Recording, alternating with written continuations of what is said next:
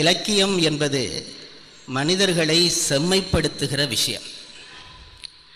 மற்ற எந்த கல்வியூடாகவும் மனிதன் புறத்திலே வளருவானே தவிர அகத்திலே வளர மாட்டான்.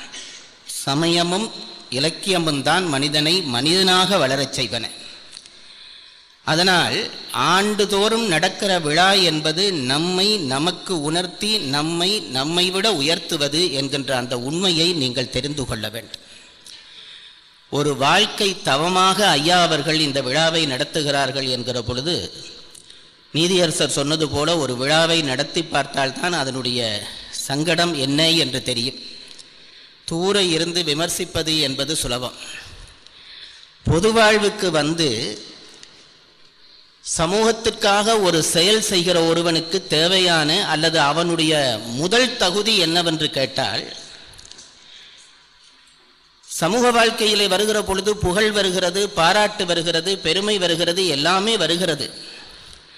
ஆனால் அவை வெறுமனே வருவதில்லை. அதற்காக சமூக வாழ்வுக்குள்ளே தலையிட்டவர்கள் பல தியாகங்களை செய்கிறார்கள்.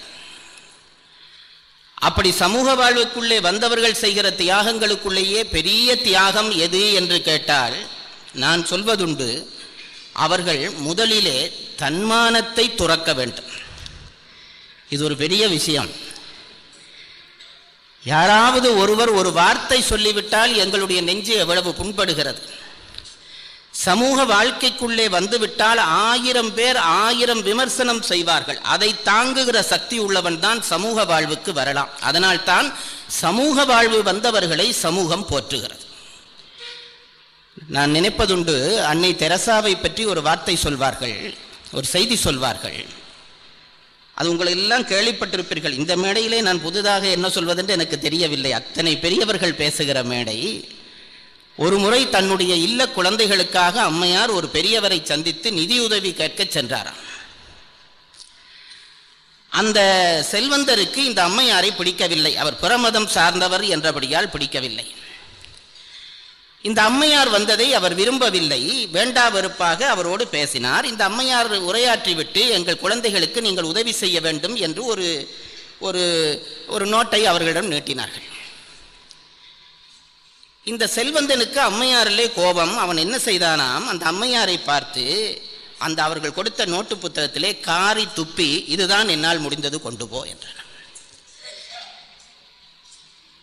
அந்த அம்மையார் அடுத்து செய்த செயல் எனக்கு ரொம்ப என்னை உருக்கிய செயல். அந்த அம்மையார் சொன்னாராம், மகனே, எனக்கு தர வேண்டியதை தந்து விட்டாய், இனி என் பிள்ளைகளுக்கு தருவதை தாய் என்று கேட்டார்கள். இந்த பக்குவம் இருந்தால்தான் சமூக வாழ்வுக்குள்ளே ஒருவர் நுழையலாம். அந்த தகுதியோடு தன்னுடைய 72 ஆண்டு வாழ்க்கையை இந்த இலக்கிய பெருவிழாவுக்காக அவர்கள் ஆற்றியிருக்கிறார்கள் என்றால், நான் அல்ல, இந்த ஊர் அவருக்கு கடமைப்பட்டிருக்கிறது என்பதை மட்டும் நான் சொல்லிக்கொள்ள விரும்புகிறேன். இந்த பாராட்டுக்கள் எல்லாம் எதற்கு? இதெல்லாம் தேவையா? நாங்கள் அறிவார்ந்த விஷயம் கேட்க வந்திருக்கிறோமே, பாராட்டுகளிலே நேரத்தை போக்கலாமா என்று நீங்கள் நினைப்பீர்கள். நான் ஒன்றை அதற்காக பதிலாக சொல்ல விரும்புகிறேன். நல்லவற்றை போற்றினால்தான் அது வளரும். அதை மறந்து போகாதீர்கள்.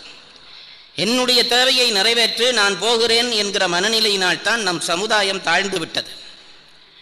நல்லவற்றை போற்றுகிறவர்களும் தீயவற்றை கண்டிக்கிறவர்களும் இல்லாமல் போய்விட்டார்கள். அவை இரண்டும் இருந்தால்தான் சமுதாயம் வளரும். அவர் விழா நடத்துகிறார், இவர் பேசுகிறார், நாங்கள் கேட்கிறோம் என்ற பாணியிலே எல்லோரும் நடந்து கொண்டோமானால் இன்னொரு தலைமுறையைச் சேர்ந்தவன் அவருக்கு பிறகு இந்த வேலைக்கு வரமாட்டான்.